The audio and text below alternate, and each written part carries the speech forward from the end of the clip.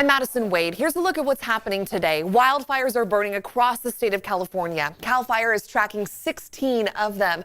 The largest one burning in Northern California is the Kincade Fire, which is over 66,000 acres now, and the wind conditions are not helping. The Bay Area is on a spare the air alert because of the air quality from the smoke from that fire. And then a new fire also popped up this morning in Southern California. This one called the Getty Fire because it's burning right near the Getty Museum and the Villa in Los Angeles, prompting evacuations there. And new resources and firefighters are coming in from out of state to help with these fires. And PG&E is getting ready for another round of shutoffs starting tomorrow. This will be the third time in a week, less than a week, that they've issued all clears for safety inspections and power restoration in some areas earlier today. But with tomorrow's planned shutoffs, some people might not get their power back on before Tuesday's outages. According to PG&E, the shutoffs could affect 640,000 customers in 35 counties.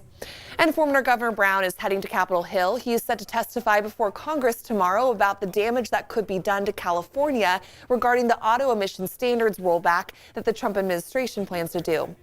The hearing is supposed to address the possible effects of this decision to weaken car pollution and fuel efficiency standards that were put in place under the Obama administration.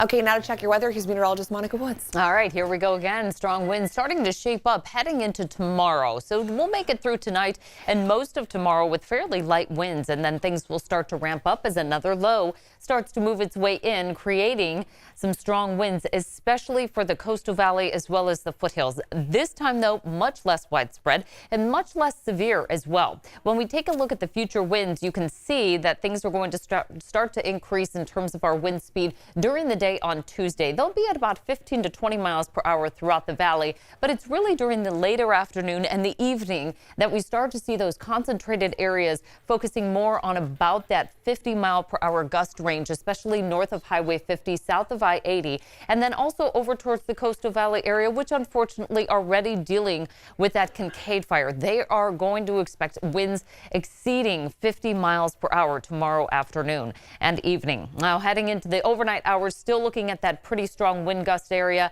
over towards the coastal valley near the Kincade Fire Wednesday morning, and then things will start to quiet down during the day. In terms of our watches and warnings and advisories, we've got a wind advisory in place throughout much of the valley tomorrow from 8 a.m. to 11 p.m. with gusts up to 55 miles per hour. More falling trees, branches, and power outages possible, not because of the shutoffs, but just if you get a branch onto a power line, snaps it or something like that, it may cause a temporary power outage. And then dangerous fire conditions as well extend throughout much of northern and central California. Fuel is still very dry. That will start up Tuesday morning and last through Wednesday evening. Once we get through this wind event, we're pretty much in the clear as we head into the weekend. And of course, that will include Halloween on Thursday. Highs will be in the low 70s.